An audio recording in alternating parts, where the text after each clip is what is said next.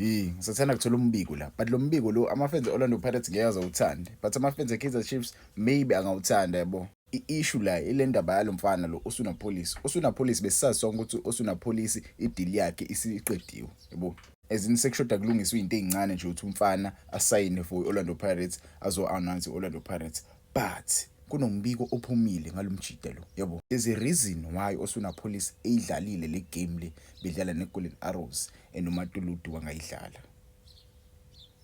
Do you remember the last game iPulwane sithe idlalile? Ubonile ukuthi uMatuludu bengekho ebenchini, ubengekho ishe skimini. uMatuludu is a good player, one of their best players, but ubengekho kuleya game. Bafuna iOrlando Pirates bobawu2 ubekhona Osuna Police. Kune-issue ngo-Osuna Police. Osuna Police ngizumbike ukuthi Osuna Police usefuna uyiKaizer. Vele wayefuna uyiKaizer. Even in the last transfer window, iKaizer Chiefs yayichase i-signing yakhe yabo, esafuna ile team liyale Algeria, i-MC Alger yabo. Kwenzeka ke ngamsayini i-MC Alger, neKaizer Chiefs yangaba nayo le mali yokuthi imsayini yabo. So kule transfer window le kuphuma umbiko kuthiwa ufunwa iOrlando Pirates. Le transfer window le ezoqala nje yabo, Orlando Pirates ithiwa biyichase impela signing yakhe yabo, but yena umdlali uthando lwakhe likephi lokwiKaizer Chiefs yabo, wakhula vele isupport iKaizer Chiefs. Manje ke kuthiwa iKaizer Chiefs isibuyile kwirace yokumsayina uOsuna Police yabo.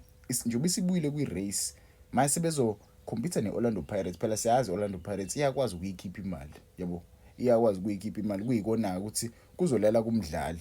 iKaizer Chiefs mikhipha imali elinganayo neOrlando Pirates, uzolela kumdlali uthi yena ukhetha yiphi team yabo, kuzoba kuyena uthi ukhetha yiphi, ufuna ukusayina for which club yabo. Wangitshela ama-comments uthi ngokwakho wena mucabanga is it a good thing for Osuna Police uthi asayine for iKaizer Chiefs yabo, because if you remember quietly le ndaba yalomdlalo okuthiwa uPulemodi, mungikhumbula kahle uPulemodi esawi-Golden Arrows.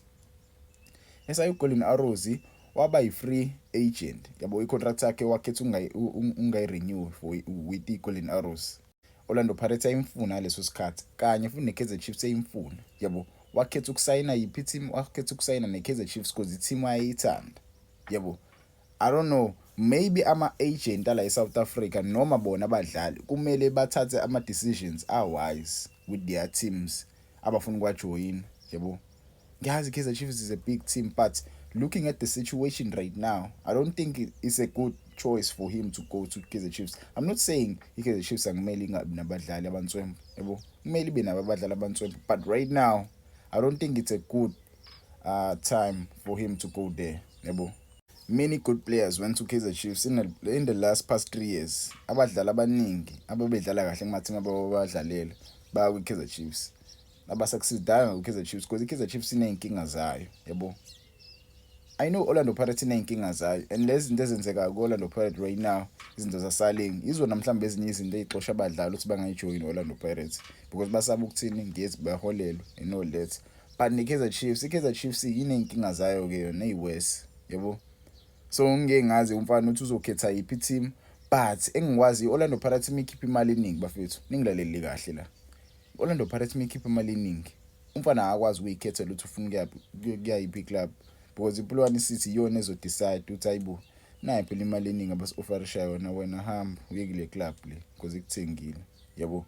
Yena akakwazi ukwenza leyo nto leyo yabo. Azi kuzofika phi kuyena, kuzofika mase imali ilingana yabo, mase kufike ku-dead end lapho khona imali seyilinganayo, yilapho khona umfana bazomkhethisa ukuthi hayi awuyikhethele ukuthi ufuna ukuyakuba yabo. But ungangitshela ama-comments wena ngokwakho ukuthi iyiphi team engamsuthi uOsuna Police noma i-Sundowns. Kodwa i-Sundowns ine-quality kakhulu mfethu, ngabe badlala ngesikhathi.